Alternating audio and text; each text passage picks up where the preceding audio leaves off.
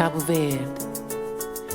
E nessa linda América, em criar com tudo coisa de bom na minha coração. Em criar com desejo, para um diabo dia, para chegar na boa, dia, Cabo Verde.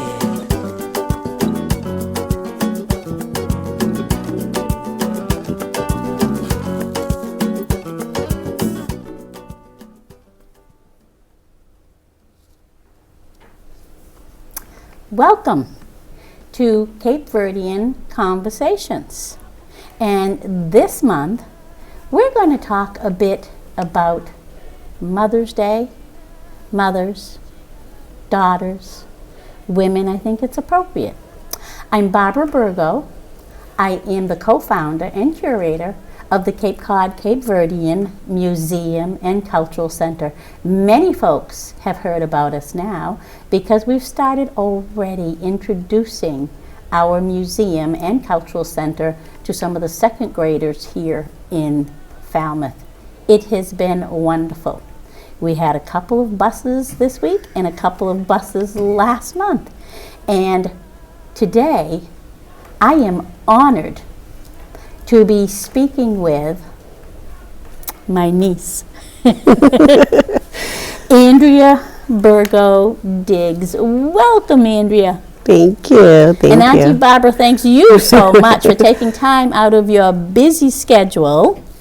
Women are very busy these days to sit with us and conversate. My pleasure. Thank you. So, I know you said you own your own home in Taunton, East Taunton, right? Yes. Okay. But tell us, Andrea, tell us a little bit about growing up here on Cape Cod. You were born where? I was born in Mashpee, 30 Wampanoag Drive. Never made it. My mother never made it to the hospital, so I was born in Mashpee Village, Church Homes, I think it was called back then. And lived there up until, I lived in Mashpee up until, I want to say 3 years ago, when I finally bought my own home in Taunton. So born and raised in Mashpee, went to Mashpee Middle School.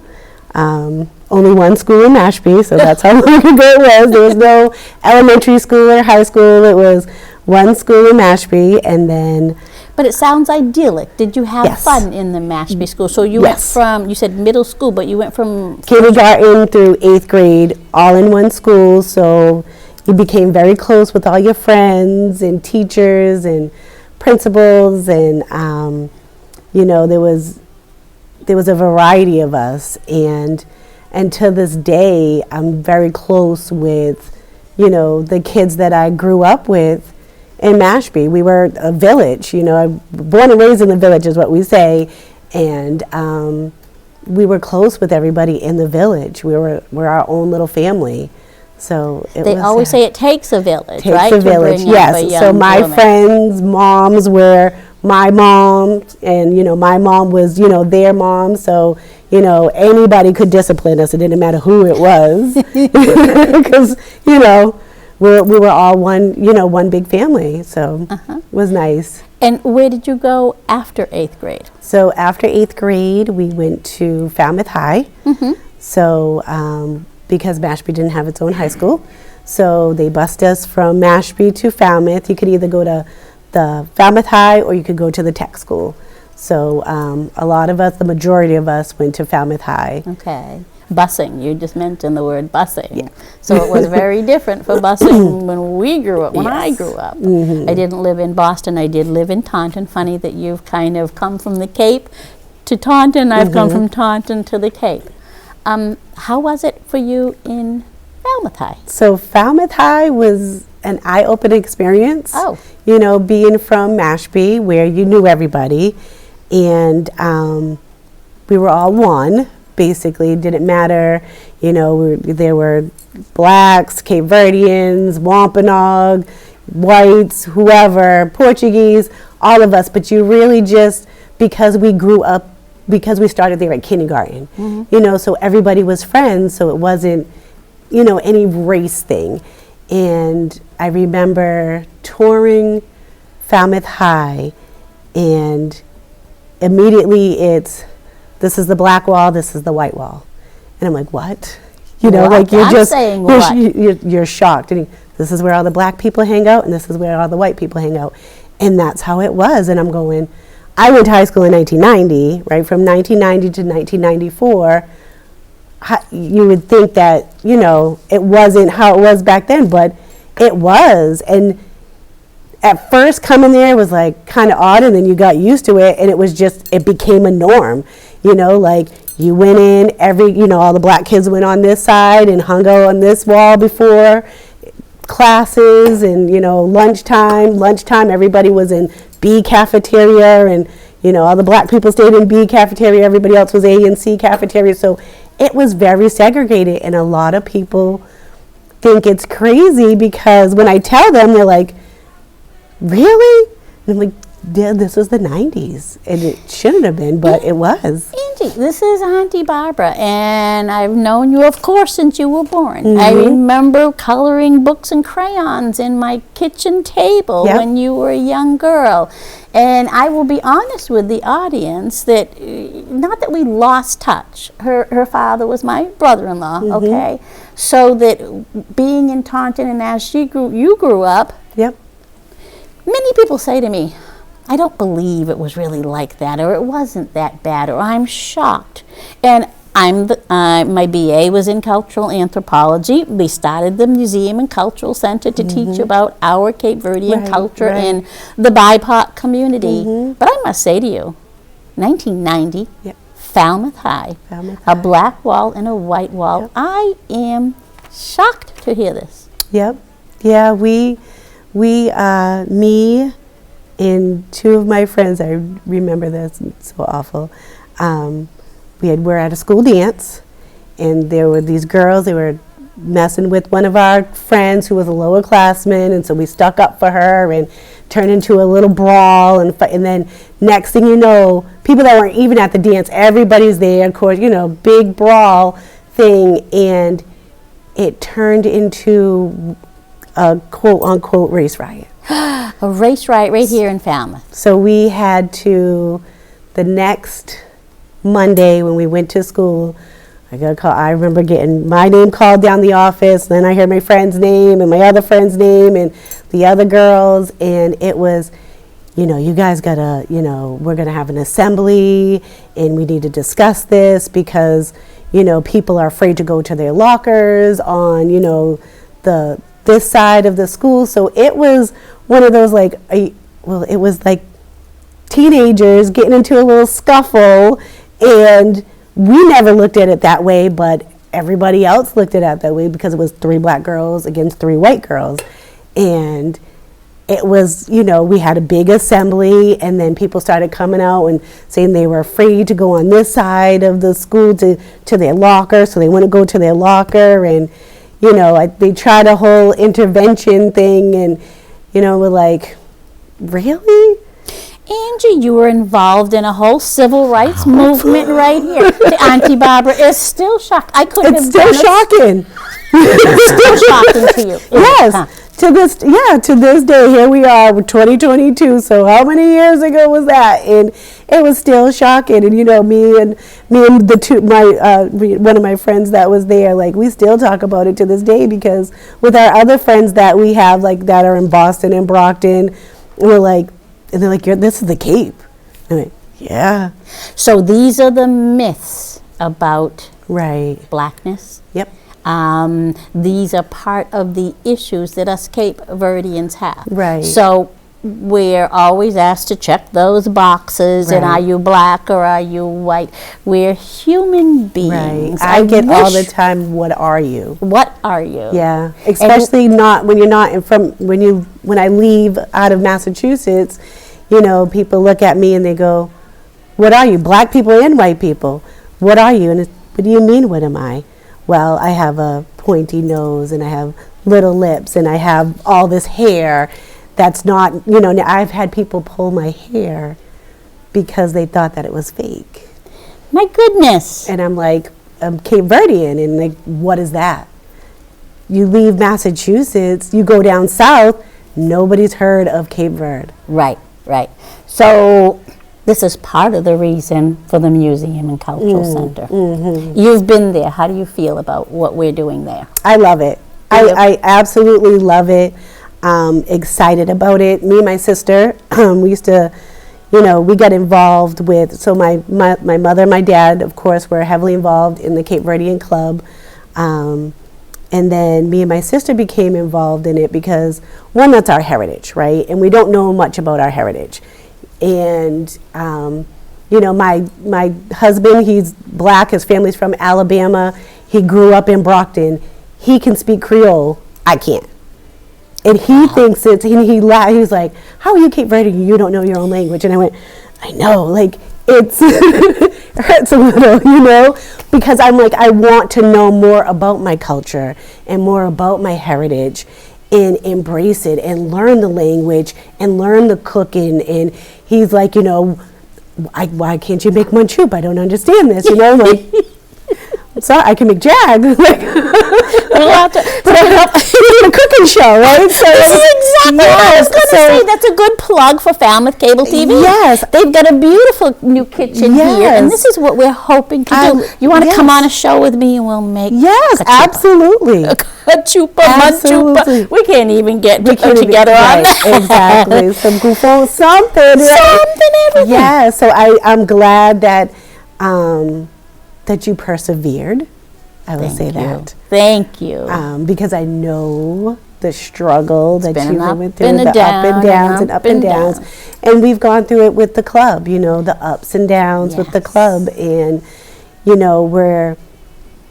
want to embrace our heritage. And so I'm glad that, you guys were able to see this come to light, and I think it's just going to get bigger and bigger, so it's very exciting. It's getting huge. We're going international pretty soon. Right. Okay, so that we've made a collaboration with the Bridgewater State University's Pedro Pierce Institute for Cape Verdean Studies. Okay, we've already met 2 or 3 times with their director, Angelo Barbosa, and we put TVs in every room. You haven't seen it since you've been there. Thank you to Massachusetts, the state of Massachusetts. In the budget, they and Rep. David Vieira helped spearhead this with Rep. Liz Miranda and several others. At the opening, we had Senator Julian Sear and Senator Sue Moran and so many others. Forgive me if I shouldn't start naming people because I'll miss somebody, but they saw the potential. Not only the potential in what we had, but the need. Yes. Just like you're saying, for the community to be proud of being Cape Verdean, to try to understand what it means to be Cabo Verdeano. I'm saying thank you to Massachusetts because the budget allowed us $30,000 that we just got in earlier this year and started doing things like it's quid pro quo. We're helping the community as well as them helping us. The town leased us that building, as you know, for 5 years. We wrote an RFP, and the first 2 years is rent-free. Wow. Rent-free. We still need operating money, but this budget helped us get the place cleaned up. We power washed the building. We got some landscaping done. We're working together with the Emerald House Community Gardens right behind us. That Karen and Wayne, who are helping us with this program behind the cameras, they were out there yesterday, today, a few days, just trying to get some strawberries growing, like Falmouth is famous for. Get some. Last year we had some kale growing, which Cape Verdeans are famous for. Maybe we could make kale soup and come here with kale from our own garden. That would tomatoes. Be nice. So, with all that being said, learning more about our culture is a personal goal, but educating the community more about who we were. You said you didn't learn about the language when you were growing up and the culture. I'm quite a few years older than you. When I was growing up, my grandmother spoke Creole fluently, very little English. My grandmother that I grew up with in Taunton, you know, my mother's mother was my mother was born here in Harwich, but she moved to Taunton as a younger woman, married and had children out there. And what my grandmother, mamai, we would say, now Barbara, so English in America, so English. And what they were telling us is that we had to try to release ourselves from the old language, the old culture, the old world in order to make it in America. Right. I am not so well versed in Creole either. I even took a class at Rhode Island College for 1 semester, and I only got a B. Because I was looking at doing a class in Bridgewater. I was like, oh, they have classes, and I want to do one. So what we're hoping to do is get one of the Bridgewater professors, or we had the book signing last Friday. We also had Professor Carlos Almeida from BCC. He teaches Creole, so we're going to hopefully have a Creole class there, because a lot of folks are wishing to do it. And I know when me and my sister first started out at the club, at the Cape Verdean Club, that was one of the things that we had talked about doing. A goal was trying to have, because at first, I think at one point in time, they were going to have somebody come in and teach, and we're trying to, you know, get that interest, you know, interest up, so you have enough people, you know, to attend. And then I'm not too sure what happened, and then of course, you know, things go on, and you know, we're just now, and we're then just COVID happened, and everybody's, you know. Yes, because you and I, your sister and your brother, we talked about this 4 years ago.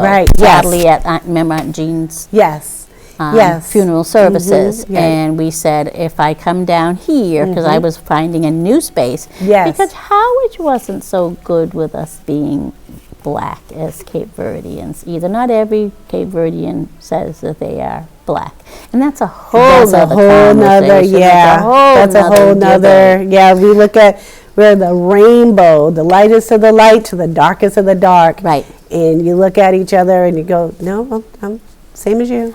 So what I say is, even though they don't, you know, so we don't just promote blackness for ourselves, but when our grandparents or great-grandparents came here, since it was such a negative in America to be black, they wanted to shed some of that old world view. Plus, Cape Verde was still a Portuguese colony, so they were taught that they were Portuguese. So I used to not like it at all that they told us we couldn't be proud to be who we are, but I understand it now. So it helps to just understand your culture, understand the reasons, understand American racism built right into the Constitution.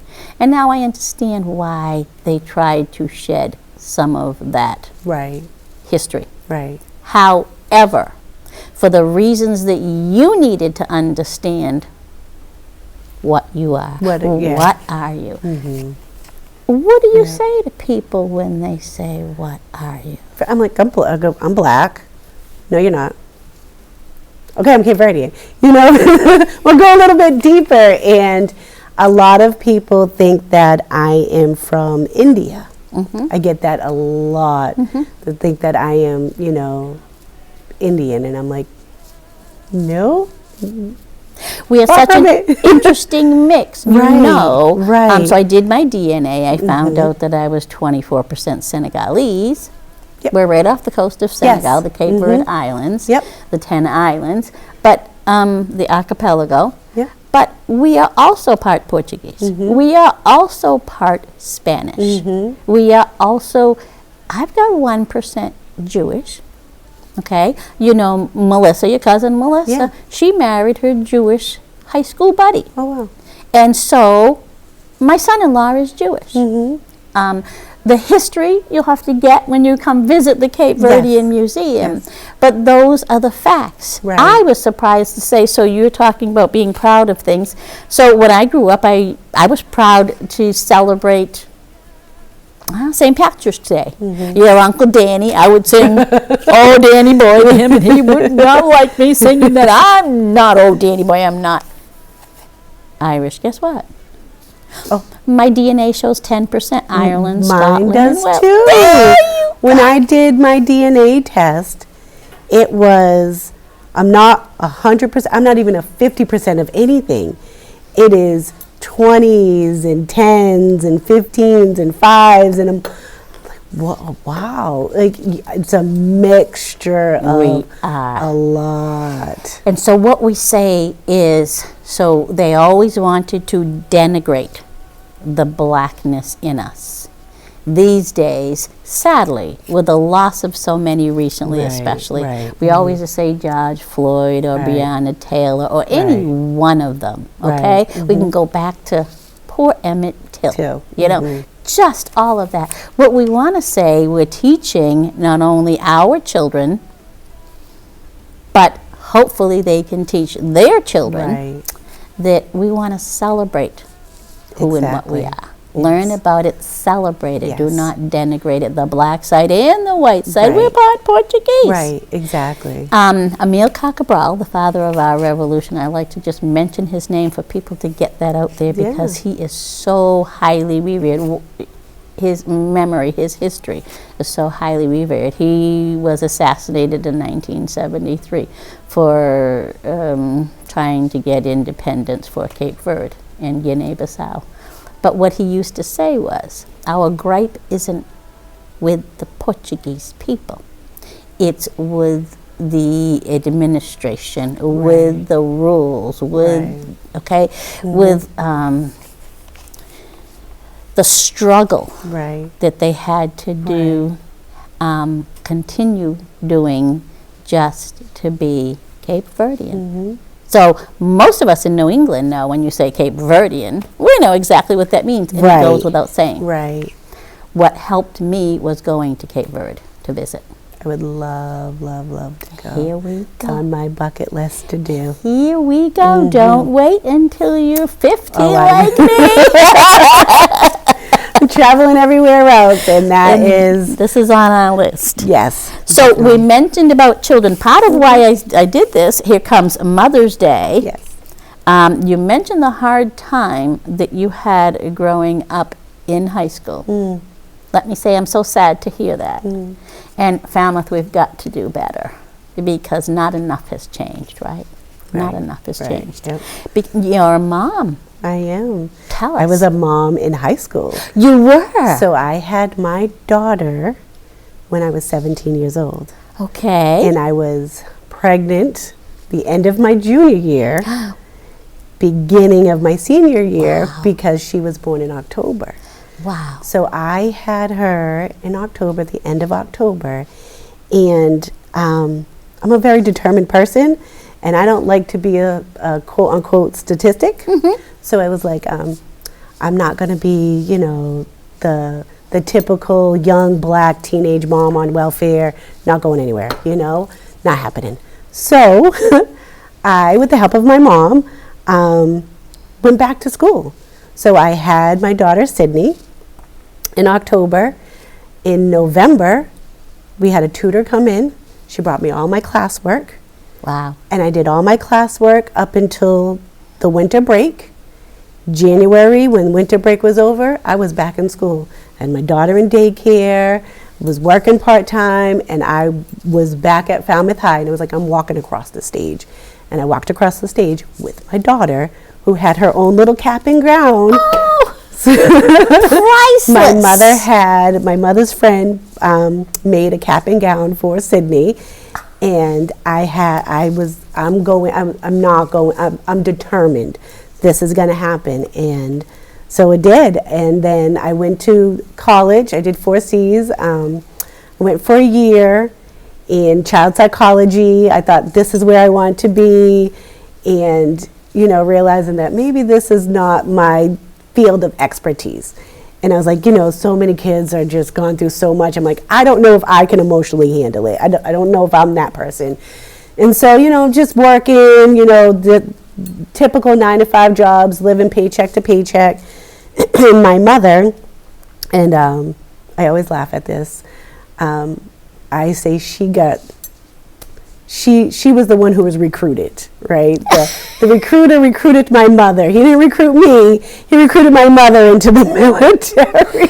Yay, sister-in-law party, see, Mother's Day. It's the mom, it's the grandma. Right. So yes, that's why the picture is here. If you hadn't yet noticed the likeness, this is, and say your title? I am Senior Master Sergeant Andrea Diggs. Senior Master Sergeant United Andrea States Air Force. Diggs, Yes. United States Air Force. 25 years and counting. Andrea, no statistic, unless you want to say a statistic, of another successful mom, Black/Cape Verdean/ young girl growing up in Falmouth High School, where you were segregated and denigrated and now celebrated. Yep. And the president of the Diversity, Equity, Inclusion Council. President, yeah. Of We have a Diversity, Equity, and Inclusion Council on the base and I'm the president. We had it for a while, and it kind of went off to the wayside. And one of my friends was like, "Nope, she's the human resource advisor," and she said, "I need your help." I said, "I got you. What are we doing?" I didn't know all we were doing that she was getting me into, but yeah. Yep, so 25 years, and I didn't want to live paycheck to paycheck and wanted a better life for my kids, and now 2 of my kids, my daughter, unfortunately is too old to take care of this benefit, but my youngest 2 have my GI Bill, so they can go to college. Excellent. Tell us about your youngest 2, the names and So Soleil Sorrell, she is 18. Well, no, sorry, she's 19. She'll be 20 May 22nd, right after my mother. Happy birthday. So right now she's a CNA out in Mashpee, but she's timid of school, and I'm like, you can go. Like, there's no student loans around here. We don't do student loans. And then my youngest is Kira. She just turned 13, and she wants to be a congresswoman. Oh, well. And she's told me that it's been about maybe a year. I was deployed, and she said she wanted to be a congresswoman. She wanted to, write to all of them. And so she wrote a letter, and I had her send it to me, and we went through it, and I said, well, this is the question you should ask. How did they first start? What did they do? What classes did they take? She's now in the 6th grade, and I'm, she's going to be in the 7th grade, and I'm going, You're talking, she was writing to the squad. The were squad. Trying to think of the name. The squad. She said, I want to write to the squad. Wow. Yep. Wow. Yep. So they have role models. Yes. Not only the squad. Right. Not only those like Auntie Barbara who went through this in the 60s and 70s and started a museum, but their own mom who went through this in the 90s in Falmouth and became Senior Master Sergeant and President of the DEI. Yep. Andrea, Angie, little Angie, I'm amazed. I shouldn't say amazed. I'm in awe. I'm thrilled when we talked about having this program with you on it. I didn't know I was going to get such a rich conversation. Thank you. Thank you for honoring us, and thank you for your service. Thank you. To your family, to the country, to Cape Verdeans. Thank you. This is Barbara Burgo again.